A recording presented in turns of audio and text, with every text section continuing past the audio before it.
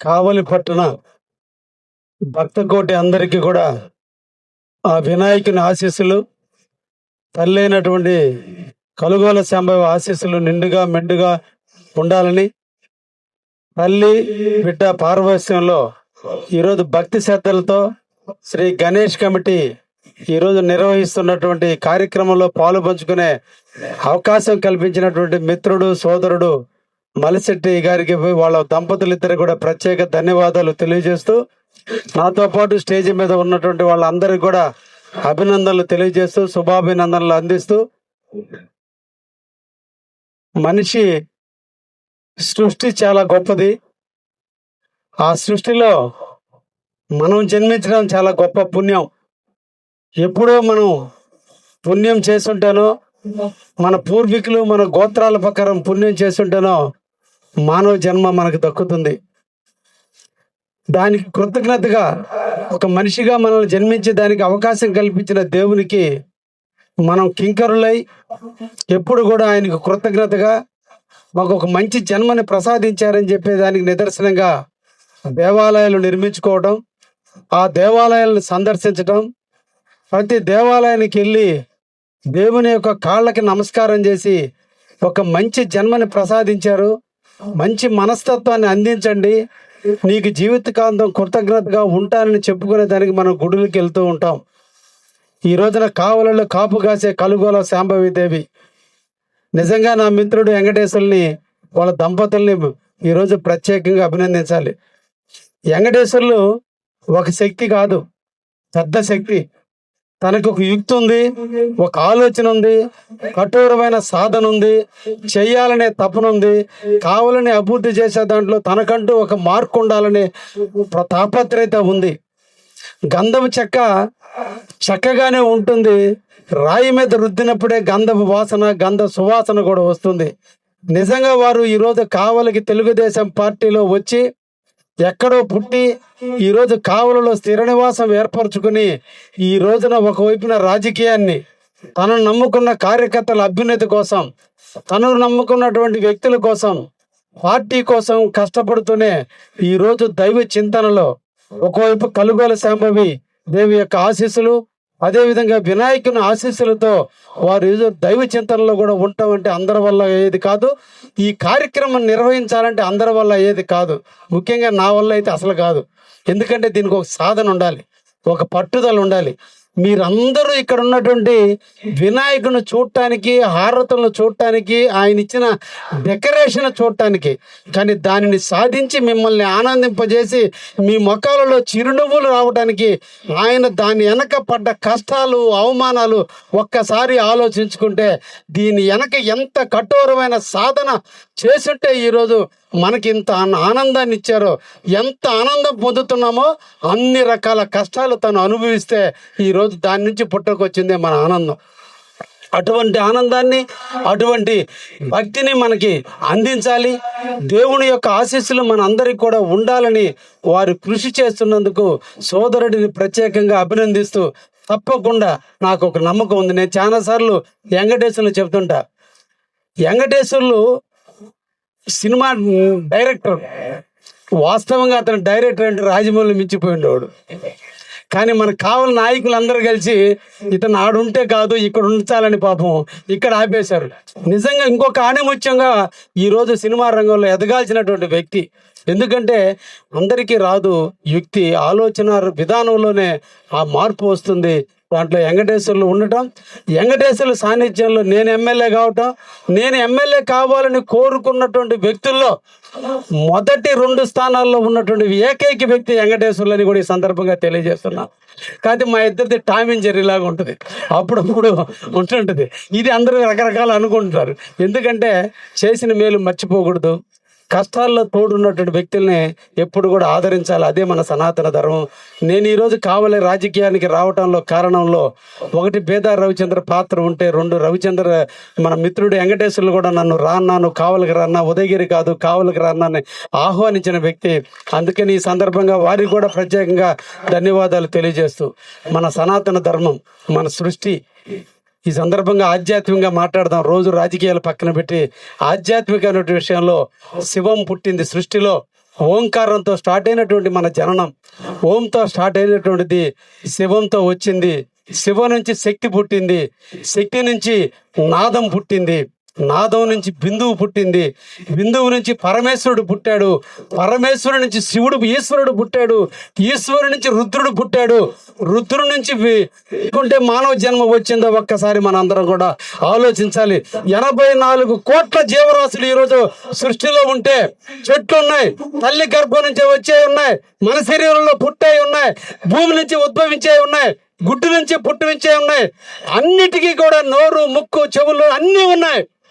కానీ లేని మాట్లాడే హక్కు కల్పించిన ఏకైక జాతి అంటుంది మానవ జాతి. అటువంటి గొప్ప జన్మను మనం ప్రసాదించాడు ఆ దేవుడు.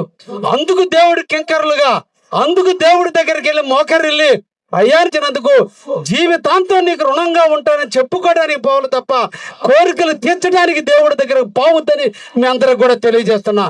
పుట్టిచ్చే రోజే దేవుడు నీకు మనిషి జన్మించి ఉత్తమ లక్షణాలు ఇచ్చాడు. ఇంకా దేవుడు నీకేం చేయడు. నువ్వు దేవుడికి చేసుకునే పోయే కొంది నీ ఆత్మను శుద్ధి చేసుకునే పొంది. అందుకనే సరస్వతికి, బ్రహ్మకి ఆలయాలు లేవు. మన మనసే ఒక దేవాలయం, మన శరీరమే ఒక తీర్థంగా భావించి ఎప్పుడైతే మన మనసును కంట్రోల్ చేసుకుంటామో, ఇంద్రియాల వైపు కంట్రోల్ చేసుకుంటామో, ఆటోమేటిక్గా దేవుడు మన ప్రవేశంలోనే ప్రవేశిస్తాడు, మన హృదయంలోనే ఉంటాడు, మంచి వాక్కులు పరిపాలిస్తాడు, మంచి నడకనిస్తాడు, మంచి ఆలోచన ఇస్తాడు, మంచి కీర్తిని ఇస్తాడు, మంచి ధనాన్ని ఇస్తాడు.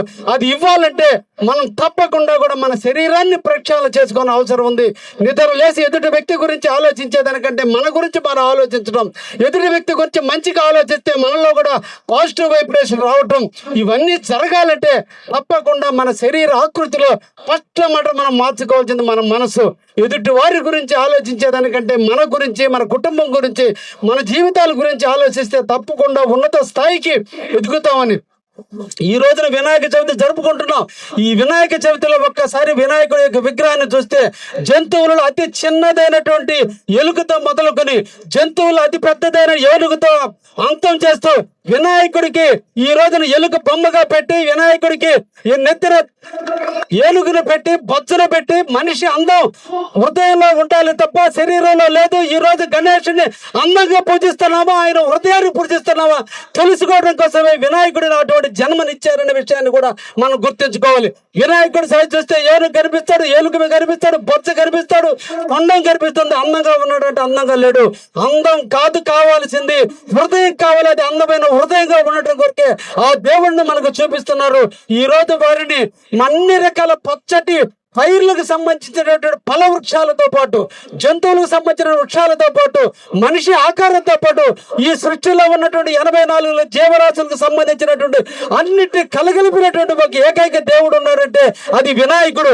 ఆయన ఒక్కరిని పూజిస్తే అన్ని సృష్టిలో ఉన్నటువంటి 84 లక్షల జీవరాశుల్ని పూజించినట్టు భావించడం కొరకే మన పూర్వీకులు, మన దేవుళ్ళు, మన ఋషులు, మన త్రిమూర్తులైనటువంటి బ్రహ్మ, విష్ణు, పరమేశ్వరులు కలిపి వారిని పసుపు ముద్దతో స్టార్ట్ చేసి, ఏనుగుతో స్టార్ట్ చేసి, ఎలుగుతో పూర్తి చేసి ఈ రోజు మనకు కల్పిస్తుంటే ఆ ఒక్క దేవుణ్ణి ఏ శుభకార్యానికైనా అశుభకార్యకైనా ఈ రోజు మొదట వినాయకుడు పూజించమని ఎందుకు చెప్పారంటే దాన్ని చూసైనా మనలో మార్పు తెచ్చుకుంటామని. ఎక్కడ దేవుడు, ఎక్కడ జంతువు, ఎక్కడ ఎలుక, ఎక్కడ బొజ్జ, ఎక్కడ తొండం, వీటన్నిట్లో కాదు, ఆయన మనసులో ఉంది. ఆ మనసుని మనం కూడా ప్రక్షాళన చేసుకుంటే మనం కూడా ఒక ఉన్నతమైన స్థాయికి రావడానికి అవకాశం ఉంటుందని నాంది పలికిన దేవుడు వినాయకుడు.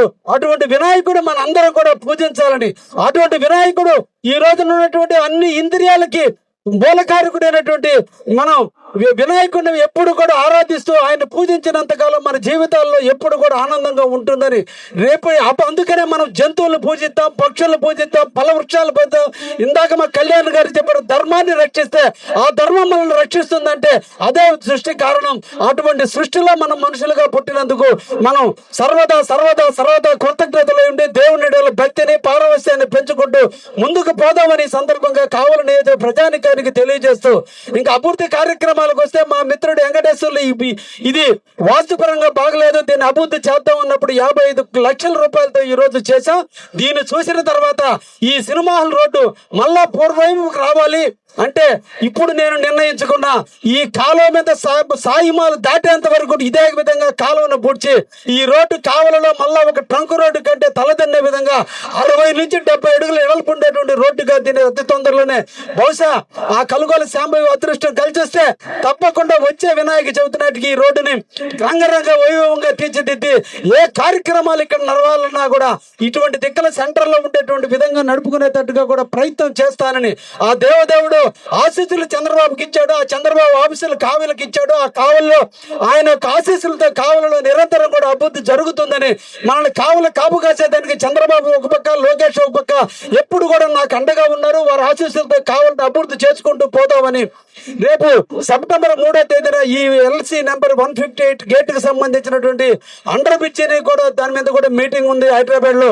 అది తొందరలోనే అది కూడా శాంక్షన్ అయ్యి ఈ ప్రాంతంలో ఎటువంటి ఇబ్బందులు లేకుండా ఓవర్ బ్రిడ్జ్ చేస్తే ఇవన్నీ మూసుకుపోయి అందవిహీనంగా ఉంటుంది కాబట్టి ఇది మహానగరంగా రాబోతుంది. కాబట్టి ఈ మహానగరాన్ని కాపాడుకోవాల్సిన బాధ్యత ఉంది. కాబట్టి దీన్ని అండర్ పాస్ గా కూడా ప్రయత్నం చేస్తున్నా. తప్పకుండా కలుగోలి శాంభవి ఆశీస్సులతో, ఆ గణేష్ ఆశీస్సులతో, మీ పుర ప్రజల ప్రముఖుల యొక్క దీవెనలతో తప్పకుండా అండర్ పాస్ చేసి అటు వైకుంఠపురాన్ని ఇటు కావాలని అనుసంధానం చేసుకుంటూ ఏ ఒక్కరికి ఇబ్బంది లేకుండా చూసే కార్యక్రమం కూడా స్వీకారం చుట్టాం. తప్పకుండా నెరవేరుతుందనే విషయాన్ని కూడా మీకు తెలియజేస్తూ ఒక మంచి కార్యక్రమంలో నన్ను ఆహ్వానించి నన్ను ఆదరించి నాకు సన్మానం చేసిన వెంకటేశ్వర దంపతులకి, వాళ్ళ కమిటీ సభ్యులకి, గణేష్ కమిటీ సభ్యులకి ఇంత ఒడ్డు ఇంత అయినట్టు 10 సంవత్సరం కూడా దేదీప్యమానంగా ఈ రోజు గణేష్ కమిటీ ఆధ్వర్యంలో కావాలని తలమానికంగా మా ప్రజలని ఆనందింపజేసే విధంగా కష్టాలు, బాధలు, ఇబ్బందులన్నీ మర్చిపోయి ఇక్కడికి వచ్చి సేద తీరే విధంగా ఇక్కడుండే ఆహ్లాదమైన వాతావరణంలో దేవుడి చింతనలో కొంతసేపు గడిపే విధంగా గణేష్ కమిటీని ఫ్యూచర్ లో కూడా ఇంకా బాగా చేయాలని వారందరూ కూడా మనోశక్తిని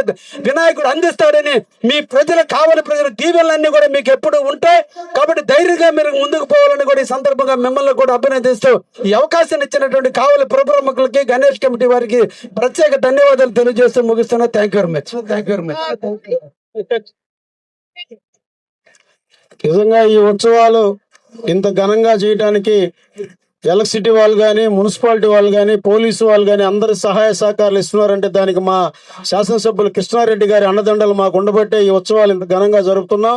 మా ఆహ్వానాన్ని మన్నించి ఇక్కడికి విచ్చేసిన ఎమ్మెల్యే గారికి, నా తోటి తెలుగుదేశం పార్టీ కార్యకర్తలు, మిత్రులు, నాయకులందరూ కూడా ప్రత్యేక ధన్యవాదాలు తెలియజేస్తాం.